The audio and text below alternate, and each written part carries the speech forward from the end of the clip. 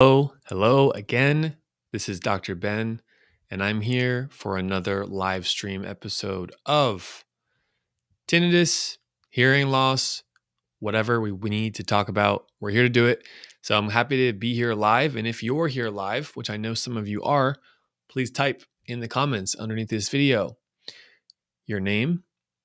Let's start with that. And if you're watching this on the recording, feel free to look below this video for the timestamps so you can look at some of the most popular questions from this live stream to understand the answers. Because ultimately, high quality information about tinnitus, high quality truth and facts about what you can expect about the science will help you.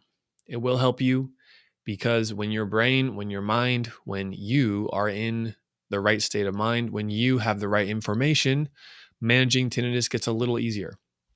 If you're here live, let me know. We have Steve who is here. Hello, Steve. Nice to see you. Who else is here? Let us know. I see 12 people here on the live stream. I'm going to start with a question. Can the first question of today, I'm going to explain in just a second. We have a question. Can anti-anxiety medication and antidepressants stop habituation? First, let's explain habituation. Habituation is the process by which your brain can naturally defocus and stop paying attention to tinnitus over time. Habituation is not something that only happens with tinnitus. Habituation can happen with many things and other sounds around us. We can habituate to the sound of our own breathing. How many years? Well, our whole life we've done that. We can habituate to the sound of a refrigerator fan, the sound of a computer fan.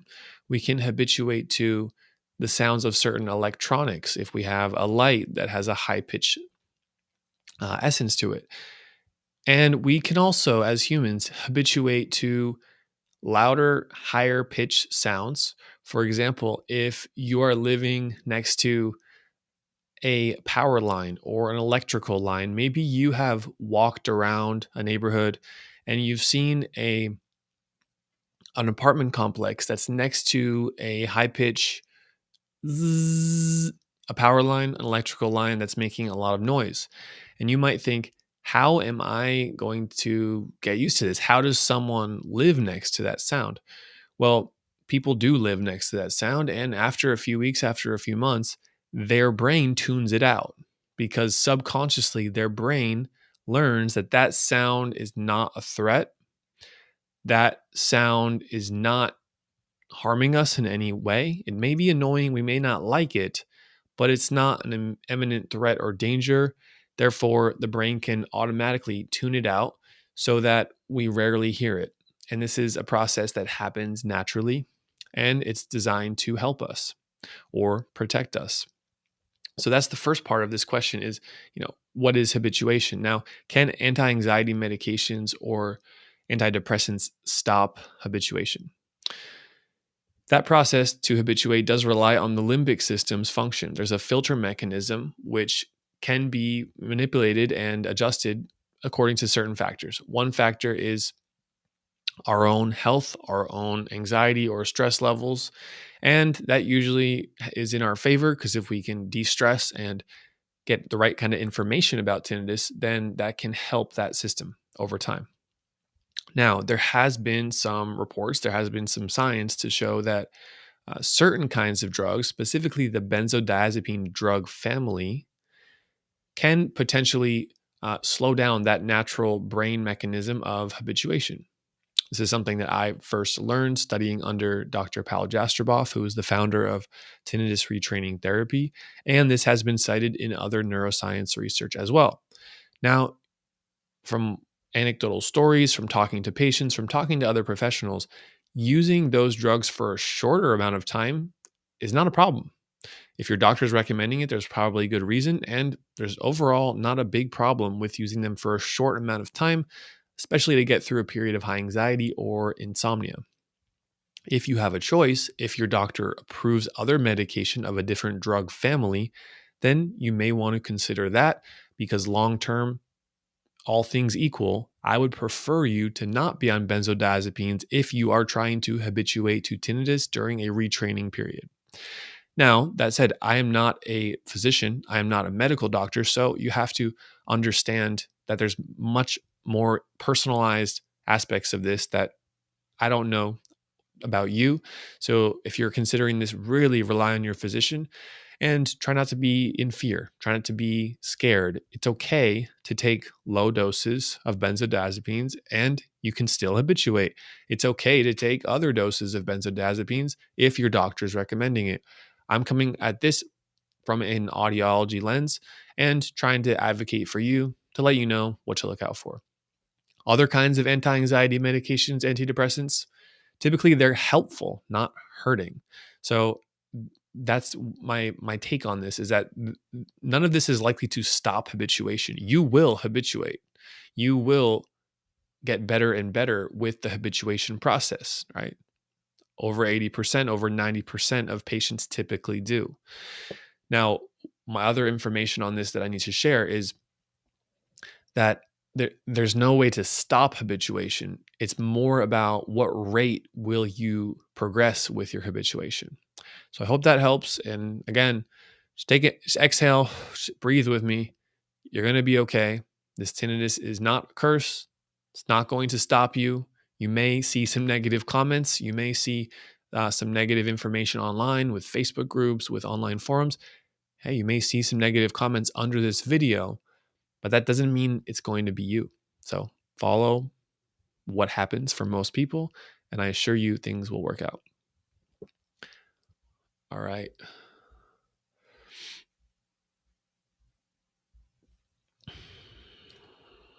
All right, we have Steve, we have John, we have Melissa, we have Mohammed, Khan, we have Donnie. Nice to see you all here. Thanks for being here on this live stream. This is fun for me. Get to interact with some of you all who I don't work with. And you're a valuable part of this community. So thanks for being here. All right, I'm going through some of these questions we got here. Josue, nice to see you here. Josue says that he's from Texas. He got tinnitus back in March and he's pretty habituated now. Thank you for watching those videos. Appreciate that. Daniel, nice to see you here as well. I'm glad that you were able to get something out of that. Steve, hello. L. Kent, let me know your real name, L. Kent, because I don't believe it's L. I believe you probably have a first name. All right. We have Paul from Ireland. So Paul asks, why is my tinnitus always at its worst when I wake up? It is something that we see that for patients who have louder tinnitus or have periods, have spikes, sometimes it can happen in the mornings and sometimes it can happen after a nap. I don't have an exact reason as to why. It is par for the course. It's not uncommon. It's quite common to hear that when I wake up in the morning, my tinnitus is louder. After a nap, my tinnitus is louder. Now, the basic answer, the simple answer from an audiologist like myself might be, well, of course it's louder. You're waking up. It should be quiet, right? Oh, you just took a nap. It should be quiet. Well, the more advanced clinician should understand that you're very acutely aware of your tinnitus. It's not that there's just no background noise for most people I talk to. It's that actually when you wake up in the mornings, it's louder. Actually, if you take a nap, it might be louder after that. Now that's real. That's valid. I don't think that should stop you from getting better. It does not signify anything that would require an additional medical test. It doesn't mean you're doing anything wrong or that habituation won't work for you. It's, in my opinion, par for the course for many types of tinnitus. So try not to get hung up on it. Try not to feel like you're missing something and try to move through it, because what we normally see is over time, as things get better, it's not as loud during those periods. Or even if it is, it doesn't bother you for as long. So try to focus on that. Try to focus on the cognitive tools and your response to it instead of having to fix it or wondering if something is wrong. Thanks for the question.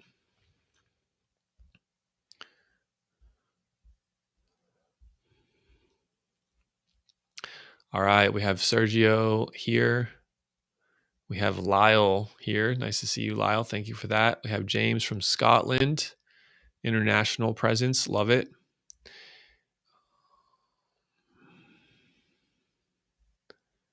All right. Lauren, great to see you here.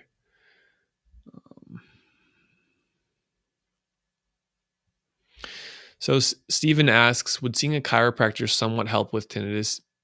Depends. It's usually not the professional I see that's helping people immediately or changing things dramatically. I think chiropractors can do some good things. They can also potentially aggravate tinnitus because they're manipulating sensitive regions around the neck, jaw, spine. So tread lightly, and I wouldn't go to a chiropractor assuming they're going to fix your tinnitus. Now, I would love to talk to a chiropractor who has maybe had cases where they have done that. So far, I have not been introduced to that professional. So if someone's out there, please connect them with me, and I'd love to talk because what we see in the world of tinnitus is that I come from my own perspective. Someone else might come from their own perspective, and sometimes it feels like the messages are contradicting. Where psychologists think they're the ones who can help tinnitus patients, audiologists think they're the ones that can help tinnitus patients, ENTs think they're the ones that can help tinnitus patients. Well, we all play a role, and what I've learned is that the deeper I've learned about the tinnitus process and the professionals and the team approach and all of the possible causes and treatments, is that everyone plays a role, and there's so much benefit and value in understanding what the other professional can provide. So I don't know what a chiropractor can provide exactly for tinnitus, although there may be something there. All right.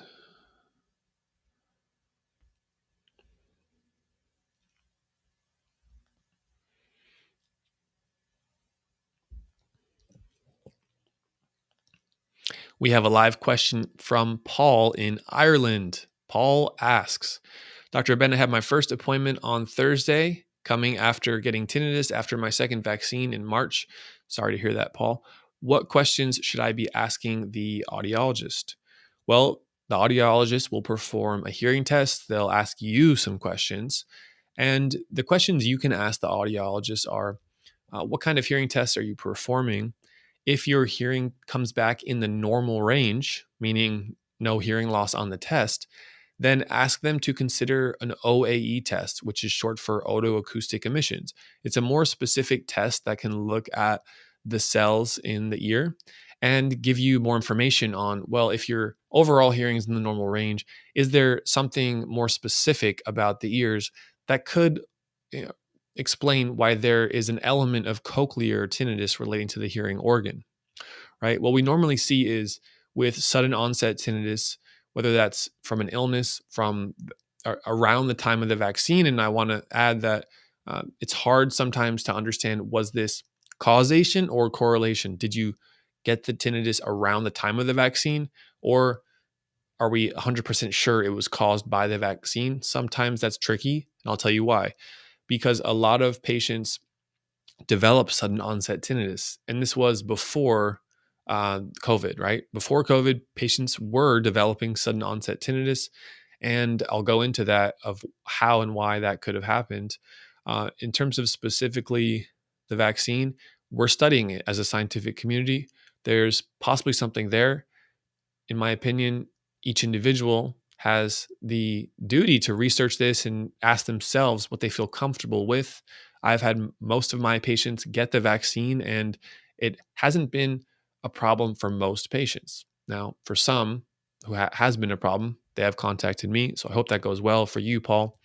Questions for the audiologist are going to be, can you test my hearing in a comprehensive manner? If I have normal hearing, could you test the OAE function? Are my eardrums healthy? Do I have hearing loss? What degree of hearing loss do I have? If I have hearing loss, is it at the level where hearing aids might help? If I do not have hearing loss and I still have bothersome tinnitus, can I consider ear level sound generators, which might be hearing aids without the amplification? And can that be used for either a short period or a longer period of time to aid in the tinnitus retraining? Those are the questions that I would ask, and I'm hopeful that you'll be able to get some good local support through that. Keep in mind, there is also telehealth options of support for your tinnitus, and I wish you luck, and I thank you for your question. Okay, guys, I'm going to hang out here for another 15 minutes, so please do ask your questions in the live chat. Love to see that. Over 40 of us here live, which is awesome. We have Tony, we have Victoria from Kansas City.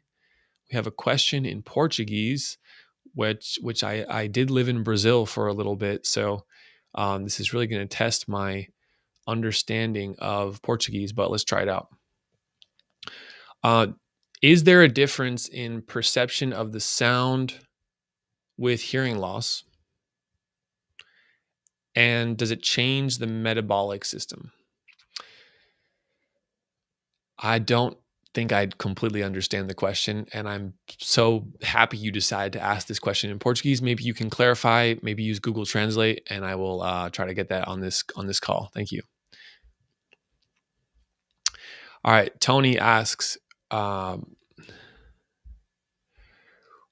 went to the dentist and had freezing on one side, and for a brief period, the tinnitus went away. Those kinds of things can happen, temporary reduction in tinnitus, or what sometimes we hear is, oh, I went to the dentist, they use a lidocaine in my nose, or they use lidocaine in my tooth, and then it improved my tinnitus, it went away. Well, typically that's not something that's used as a tinnitus treatment. Indirectly, it may interfere with the neurological systems that could be driving tinnitus. It might cause you to wonder, am I missing something? What should I do? Overall, just take note of it and monitor it. It's not something that I would jump on trying to find a solution or trying to take action on.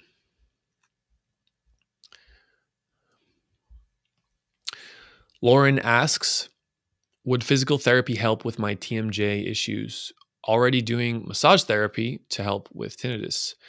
Well, if you have TMJ issues or TMD, temporal mandibular dysfunction, right? We have the temporal bone and the mandible, the jaw, and the area that they meet is a right angle called the jaw, and that's the TMJ. So if that TMJ is tight, if it's out of place, if it's been affected by chronic stress, grinding teeth at night, things like that, then it could create a TMJ side effect of tinnitus, right? In that case, if your tinnitus is driven by TMJ, then the tinnitus is a symptom of TMJ. So working on the TMJ with a physical therapist, or getting a mouth guard through a dentist and having a dentist evaluate that area on both sides, that would be the right move. And I do support that, and I do see success with that as well. Keep in mind, that may not be 100% of your tinnitus. That may be 30%. That may be 50% of your tinnitus. That may be 10%. But it's still worth working at, because every little bit matters with tinnitus. We'll take whatever we can get. So yes, if your physical therapist is recommending exercises for TMJ, then do it.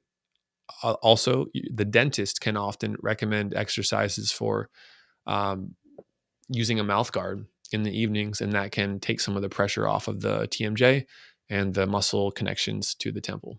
Thank you for your question. All right, guys, we're going to hang out here for another 10 minutes. So there's 50 of us here live, which is awesome.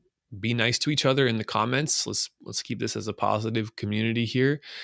And it's a good time to ask questions. If you feel confident in your answer in the comments, you can respond to each other, right? This is a community, so you can shout out to each other. And if you're watching this on the recording, on the video screen and to the side, you'll see the live thread where you can go through the comments on YouTube. So that's awesome. All right, let's check out some other questions.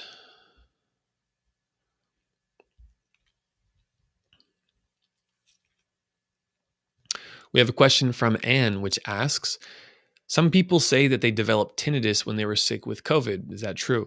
Yes, that is true. In fact, I have a personal story to share. I've been spending time with my family in the Northeast, and I was staying at home, and my dad got COVID. my dad was socializing, going to some bars, hanging out with some friends, and he got COVID. Well, guess who got it too? Yours truly, myself. And really, it for 3 to 4 days, I had significant symptoms for me. It was probably the most sick I've ever been in my life. And my tinnitus, which is generally low level, generally I only hear in quiet places or when I'm stressed or anxious or going to sleep at night and it's quiet. My tinnitus was the loudest it's ever been in my life. I knew that I shouldn't freak out. I knew that I was going to be okay. It was not piercingly loud. And when I was listening to audio, playing music, or distracting myself with something, then my tinnitus was manageable. So personally, I can say that having COVID can spike tinnitus. Keep in mind, as a medical professional, had my first vaccine, Moderna vaccine, back in January, February 2021. And then early November 2021, um, I was due for a booster shot. I didn't have one. Should have, will have that soon. And I got COVID. I was out for about 5 days. First 3 days were really rough. And my tinnitus was louder. So for most people just like me, that comes down. That doesn't stay longer than a week, right? If you have a side effect of symptoms, then you might have louder tinnitus during that period. But after that, it usually, for most of these cases with COVID, the tinnitus does not linger. Now, some patients have long haul COVID. Some patients have tinnitus that lingers, and getting sick may have been one of the big factors for why that happens. Right? There might also be other factors at play: somatic tinnitus, chronic stress or anxiety, insomnia, hearing loss. So there's other factors too. So yes, and that can happen. And thank you for your question.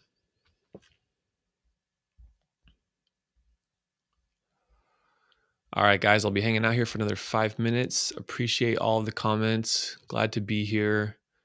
Hello, Brett from PA. Nice to see you. We have a ton of great questions. Let me see if I can get to them. I think I need a moderator here so I can have someone queue up the good questions. All right. We have a question from Nubis. Nubis asks, Dr. Ben, which one of the... Oh, sorry, I'm going to do that one over. We have a question from Nubis. Nubis asks me, Dr. Ben, which one of the hearing aids are the best hearing aids for tinnitus? And there's a question about Zen sound as well. First of all, let me explain that hearing aids are an excellent option to manage tinnitus, and they can be used during a retraining period, especially if you have hearing loss. I would definitely try them if I was you. If you do not have hearing loss, you can still use hearing aids for sound therapy, and that would follow the tinnitus retraining sound therapy component. There's many different hearing aids, and most of the hearing aids have an option for tinnitus sound therapy inside of the devices that does not rely on Bluetooth. Additionally, you can stream Bluetooth sounds. Zen tones are one specific type of sound that are available in the Widex hearing aids. That is one brand, one manufacturer of hearing aids. They sound like ambient elevator chimes, and some people like them, some people don't. You can listen to them online if you search them on YouTube, Widex Zen tones.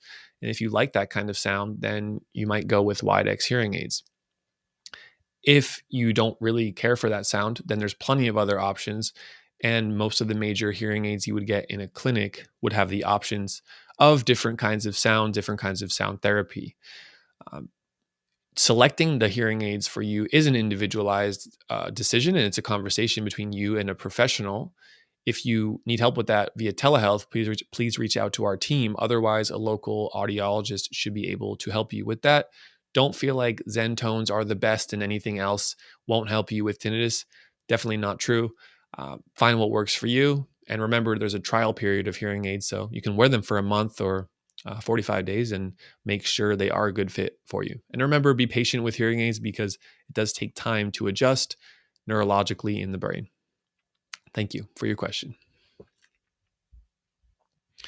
Awesome, guys. We got a lot of great questions, and who's having fun here? I'm having fun doing this. This is a relatively new thing, doing this live stream, but to have about 70 people here live, I think it's a success. What do you guys think? All right.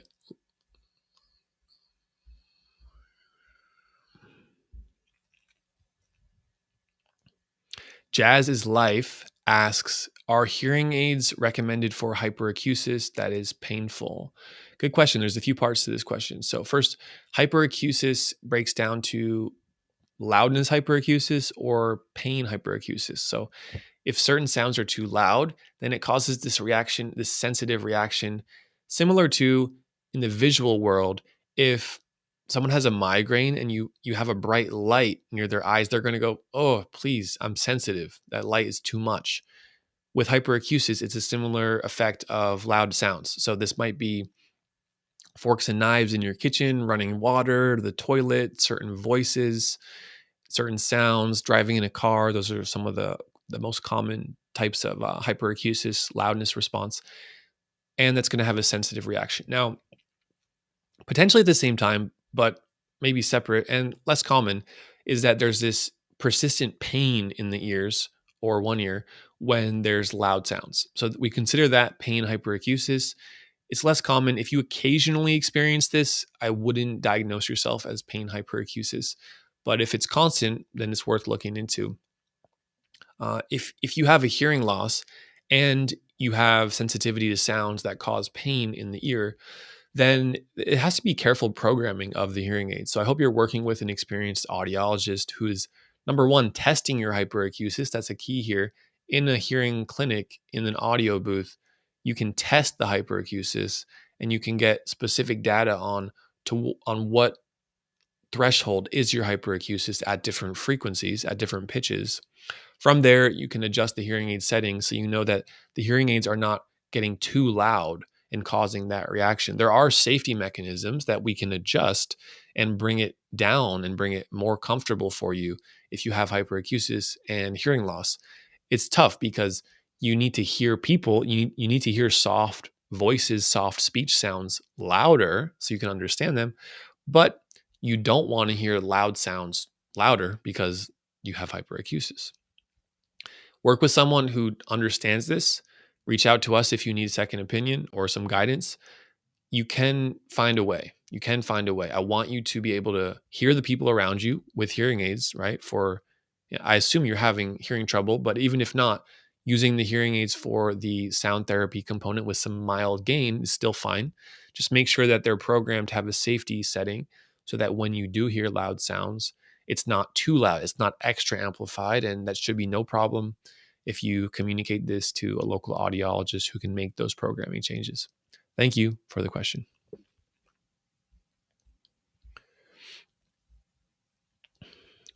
All right, guys, I'm going to get off here. We have some great questions. We have some great chat in the dialogue here.